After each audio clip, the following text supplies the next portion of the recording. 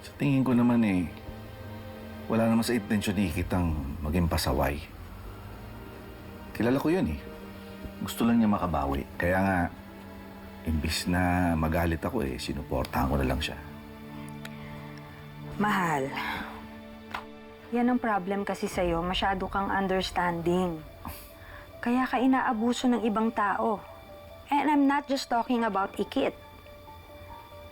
Di ba ganyan din ang ginawa sa'yo ng asawa mo dati? Tama na. Huwag na natin siya pag-usapan. Pwede ba? Bakit?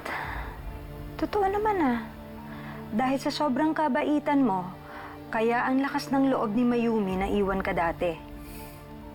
And yan, si Ikit, ganyan din ang ginagawa sa'yo kasi alam niyang papatawarin mo siya. Kaya ang lakas ng loob niyang suwayin ka. Can't you see? It's like mother and daughter. Sinabi ng tama na